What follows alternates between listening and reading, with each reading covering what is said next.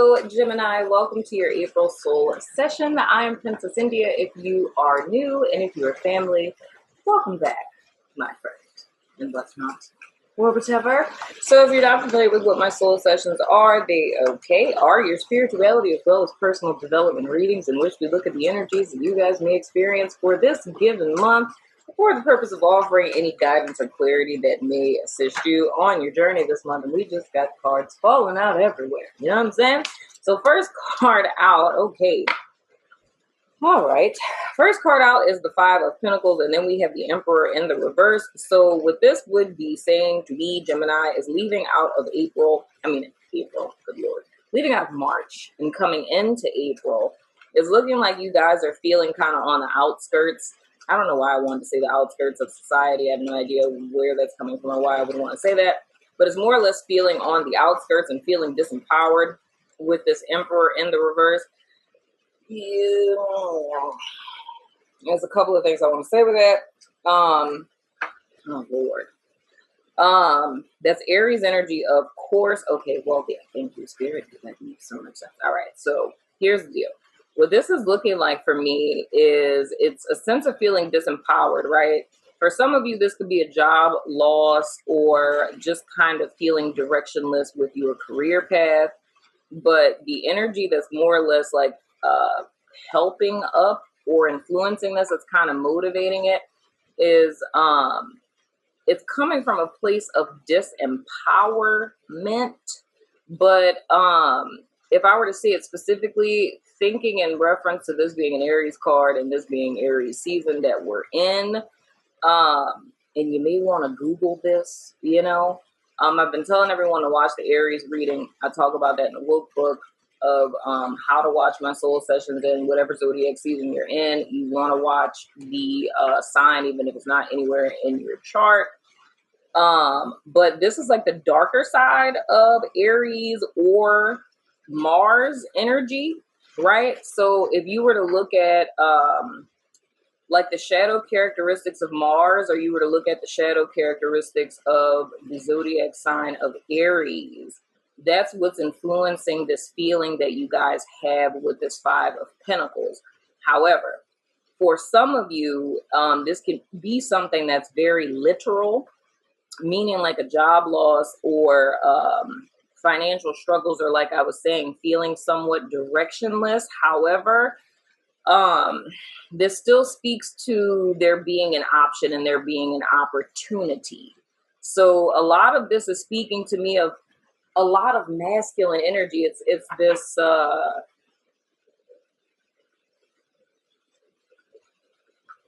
and it feels really false. It feels like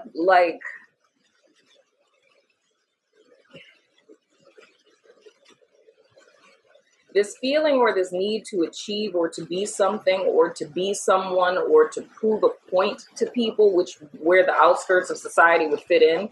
And I literally just said this earlier. This would fall into the standards that are set by like your family of origin and things of the sort. Like, because what I was speaking about earlier with my staff was like the concept of the American dream. You are a failure in life, right? And this isn't me saying this, this is just the ideal. Like if we're talking about boomers versus like millennials, right? So it's like you're a failure in life if, you know, you're in your 30s, you know, or late 20s, 30s, early 40s, whatever, and you're not married with 2.5 kids, slaving for the man, you know what I'm saying, paying your taxes in your nice little house in the suburbs with a picket fence with your dog, going to Disney World, you know, once a year. It's like if your life doesn't reflect that, then you're a failure type of deal. You know what I'm saying? Or just the false premise that, you know, coming into this country means that, you know, everything's just going to work out grand because it's the land of milk and honey. You know what I'm saying? And the land of, you know, a myriad of opportunities works out for everybody. You know what I'm saying? There's no caste system here. You know what I'm saying? So it's aligning yourself with that particular ideal, right? That also comes into this sense of societal standards or norms, because it's an inanimate object, it's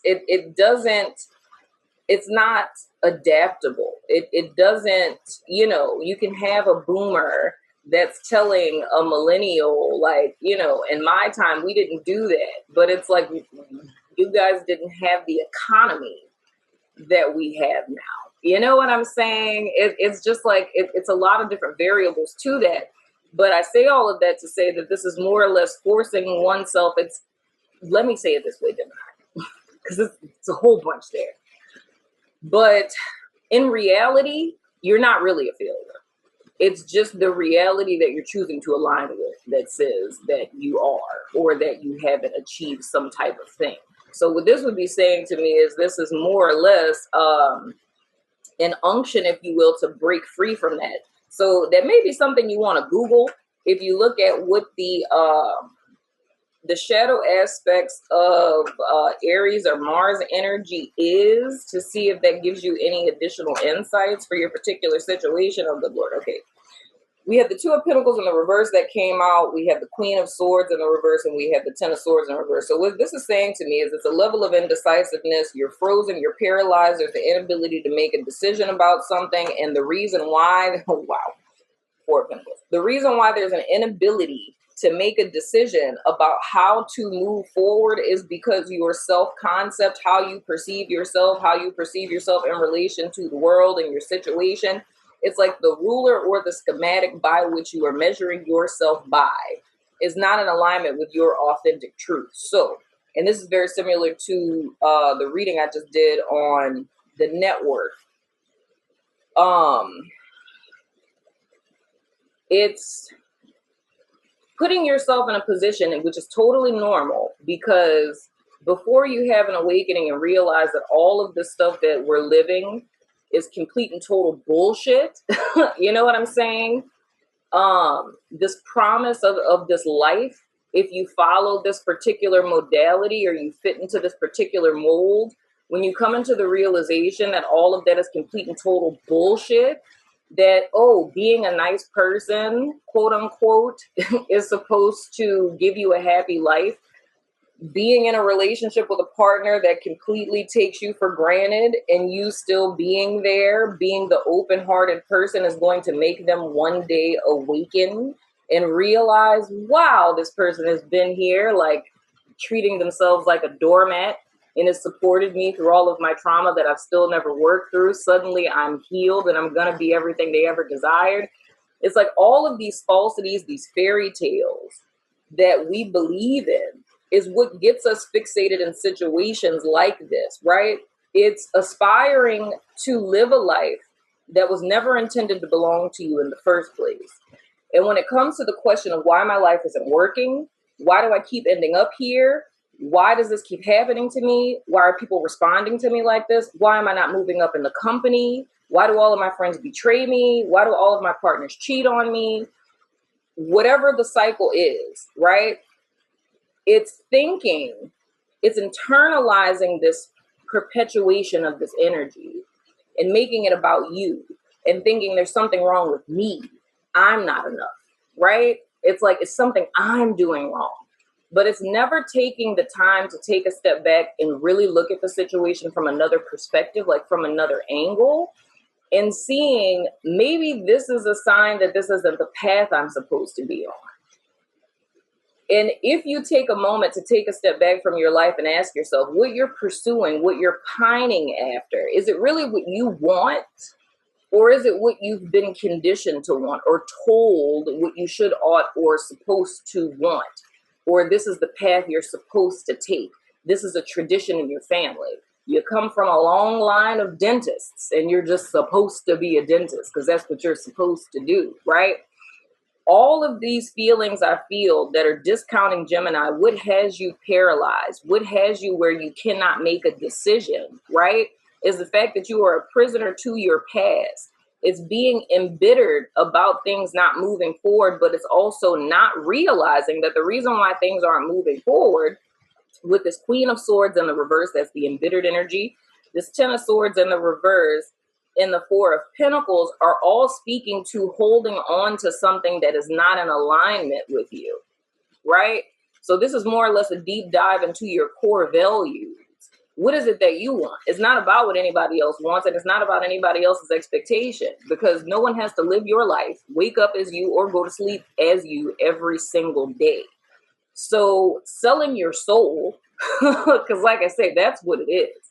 Selling your soul for an idea that came from another human being's mind, that has the same exact brain in their head as you, is forsaking yourself. It is selling your soul. It is living a life that is not in alignment with your authentic truth, and leaves you in positions where you're paralyzed, leaves you in positions where you feel disempowered, leaves you in positions to where you feel you are helpless on the outskirts of society. You are, you know, like the, what is that they call it? The unmentionables, if you will, because I'm thinking about, I think it's like a play on Broadway or something. And I can't think of the name of it. It's like a French word or something like that. Les Miserables or something like that. I'm from New Orleans. I should be doing better with my French, child. But, you know. But it's kind of like that vibe, you know, or that other play. It's like, please, sir, can I have some more? You know what I'm saying? It's like it's unnecessarily being in a poverty consciousness. But I feel that you guys are not conscientious of what led you here. It's not being aware that this is holding on to an idea, and the reason why things in your life are not working. Well, at the bottom of your deck, you got the Six of Pentacles.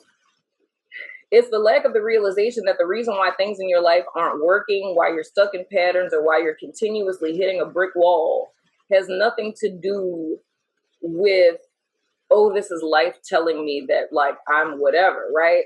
The whole premise is that the path that you're on, these are signs and symptoms of a deeper problem, being that this is not where you're supposed to be. And it's giving you an opportunity to take a step back and to think about what is it that you really want. You know what I mean? Because this Queen of Swords in the reverse is very much oriented to the past. And that means being embittered by things that have happened in the past, is a lack thereof of learning lessons, is a lack thereof of allowing your experience to transform you. And I understand why that is. So, like, I'm saying this, like, not fussing at you. I'm saying this from a place of compassion. I see it's a blind spot.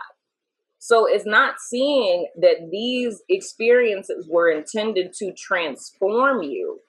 They're not there to berate you or downgrade you or to downtrod you, right? It's just the need of a shift of perspective. Ten of Swords reverse and the Four of Pentacles are both two cards of holding on to something that needs to die. And for me, I would say this is a mindset that needs to die. There's a lack thereof of options, and you're not sure what direction to go into, because the path that you're on is not one that was ever headed in the direction of your truth, right?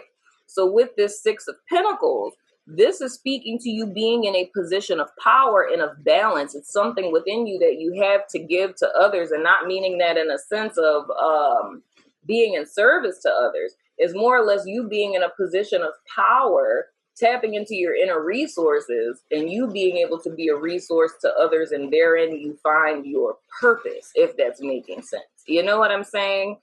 So it's almost like, to me, you find your path and where it is that you need to be, which is very counterintuitive with you guys coming into the month with this Five of Pentacles. It's like, I have not.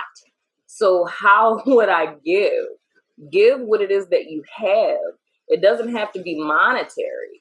You know what I'm saying? If it's just you giving a kind word to someone, or, you know what I'm saying, giving a cheeseburger to a homeless person, or, you know, if there's some skill set that you have and you find a person who's in need of that skill set and you giving those resources, it's like, and you doing something that gives you light or enlightens you, that gives you joy, something that's in alignment with your passion. It's like, that's where your clarity is found, if that's making sense. I hope that that's making sense. I feel like I want to pull more cards on this, because this is a lot going on here. It's just the energy just feels so deep. Okay, then we have the Four of Cups in the reverse. So here's the thing. It's like there is an opportunity. There is a way out. There is a, oh gosh, I'm hearing a song. What song is that? Something about a back door. I don't know what song that is, Gemini.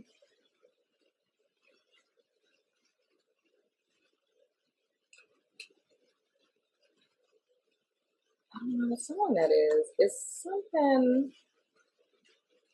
I don't even know who makes that, but it's like I just keep hearing back door. I don't know what that is, y'all. I might have to Google them lyrics. Oh, child. Okay. We have the Four of Cups in the reverse, the Tower in the reverse, and the Five of Cups in the reverse. So again, this is coming back to this energy of, if we looked at it as the haves or the have-nots, it's a mindset of I have not. And having a mindset of have not, a lack mentality, which is what the Four of Pentacles also holds on to. It's holding on to what you have because you have not anything else, right? So God forbid I release this when I have nothing, right? But as I always say with the Four of Pentacles, if we speak about it in a chakra sense, you're closing off your heart chakra and your crown chakra, which is the seat of your soul and your connection to spirit. So again, it's being out of alignment with yourself. Being out of alignment with yourself and with spirit is when there's an opportunity that you would have to tune into your intuition in order to see you're not seeing it. It's still focusing on the have not. You're looking at what has transpired, past tense, where you are now, which is nothingness. It's a desire for happiness in the future, but you don't have that because the future is not the present. In the present, I have nothing, and my past is also nothing. So I'm lost in this. In the Tower, which is my favorite card in the tarot deck, is speaking to a breaking down of mindsets. It's spirit saving you from yourself. It's defense mechanisms. It's maladaptive behaviors, all of that good stuff, mindsets, all those good things that we've built up over time. And we've removed ourselves so far from the authentic self that the Tower crumbling is spirit bringing you back to ground zero. When Tower happens, it's a beautiful moment because it gives you an opportunity to reassess, right? And to rediscover, right? And reevaluate, right? I may have said that out of order, but it's like reassess, reevaluate, rediscover, and then move forward from what it is that you've learned from that experience. It seems to be bad, but with it being in the reverse, it means it's something that's being dodged, right? This Five of Cups in the reverse is like deeply laden grief, right? And it's because despite what it is that transpires in 3D, if your mind is always starting in this have not, pauper, less than, unworthy, you know what I mean? Like I'm a beggar energetically type of deal. When the whole premise of this, the undergirding energy is for you to be in a position of power and your balance being found and you standing in your power and you sharing that with others. You know what I'm saying? And I know that that may be very hard to comprehend at this point in time, but it's more or less your abundance is found in your experience. It's the lack thereof of learning these lessons to where it ends up becoming, you know, corpse upon corpse upon corpse of your past that you are carrying on your back because it's not taking the time to get it. And it's because one feels so comfortable with being in this position of having not, because that is who I am. So this is really speaking to a false core belief at the core, right? Because what we believe is what we think. What we think is what we feel. What we feel, we think, and we believe is what we ultimately act on, recreate. If we bring in laws of attraction, that's what we're going to continuously draw into our lives to prove ourselves right of that feeling and thought and thus belief, right? So this is a complete eradication of one's mindset, the way that one perceives oneself in life, right? It's a scary thing because it's the thought of the whole entire, you know, uneven foundation one has been standing on up to this point being uprooted.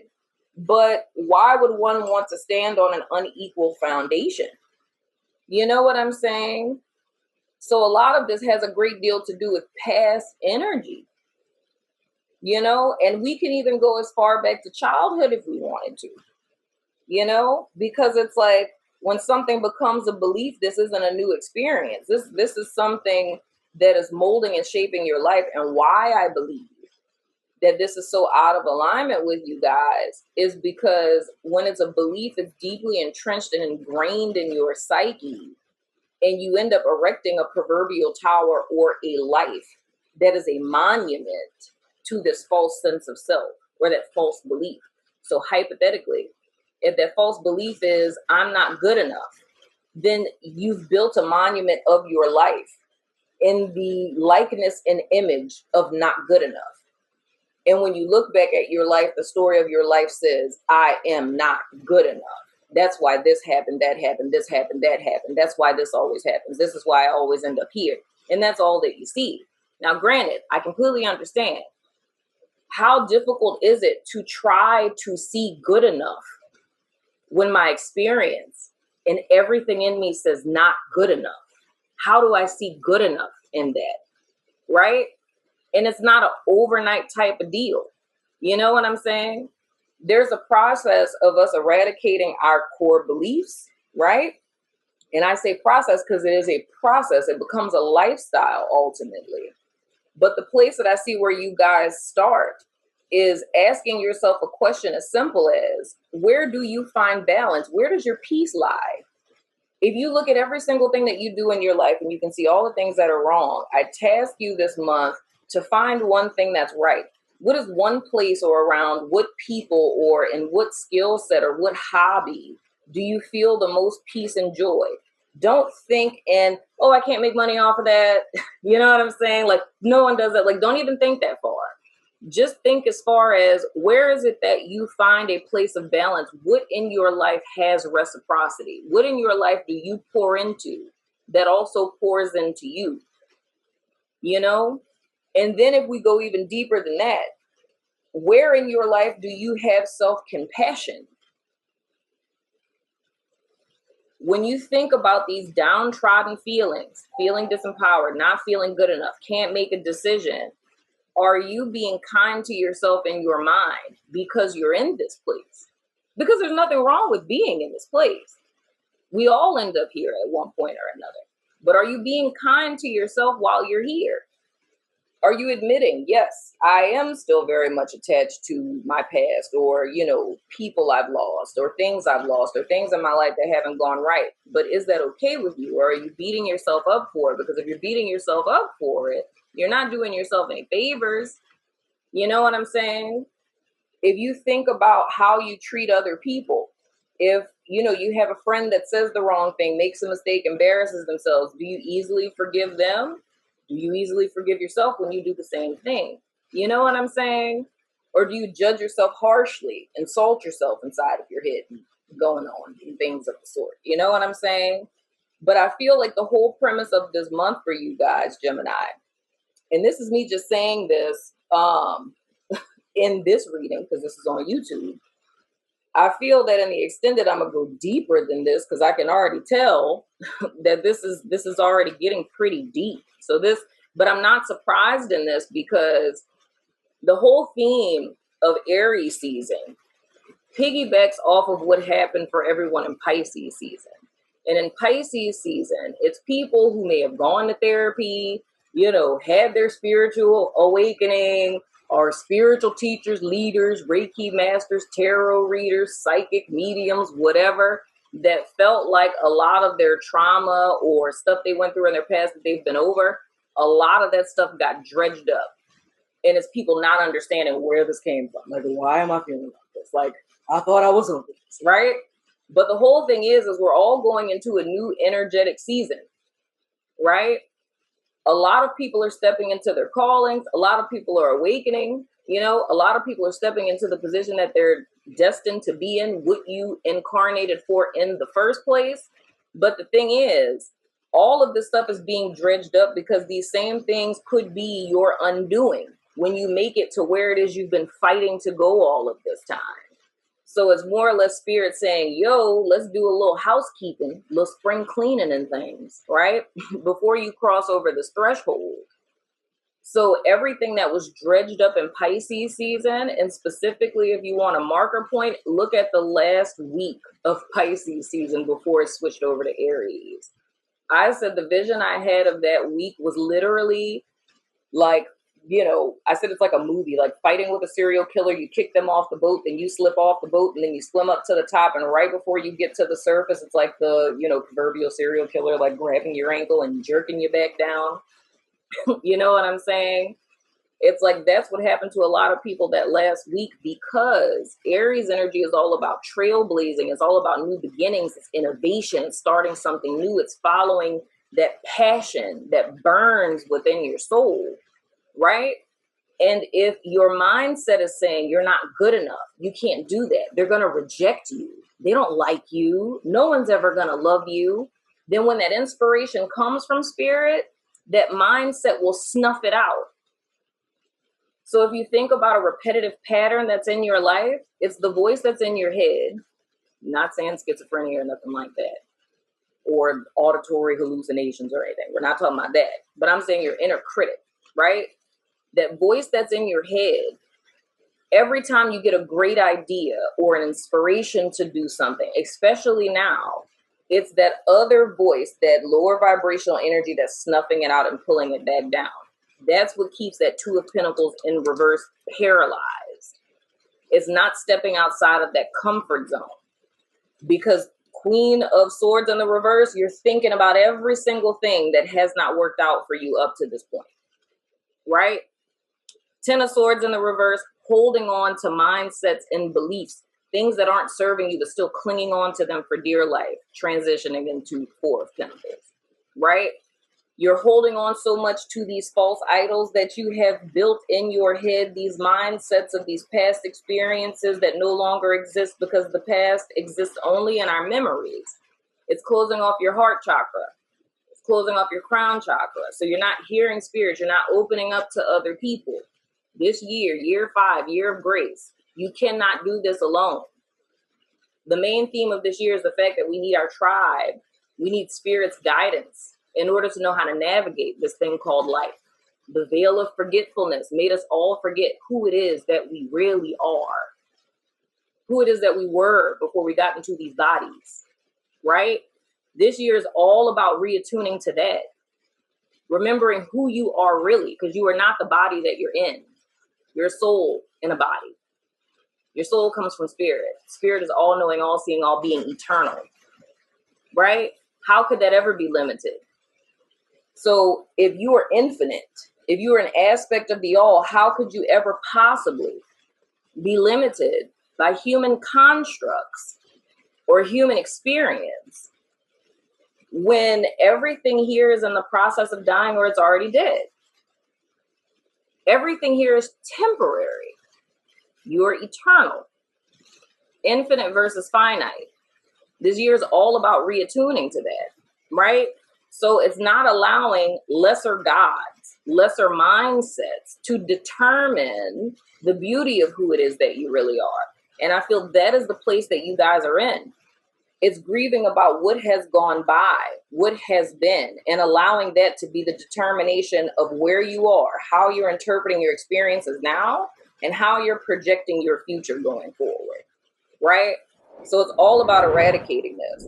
So I can say, because I don't even know how long this doggone reading is, but I legit feel in this extended, I'm going to go into the whole other side of this, because it's a lot. But I ain't tripping. I'm here for it, dag-nabbit son of a gun. So anywho, I'm going over to my network to do you guys extended. So if you're about that life, follow me on over there. But if not, I still love your face. You know what I'm saying? And I'll see you sooner than later. I love your face, Gemini. I really do. Gemini rising here. Stay strong, my friend.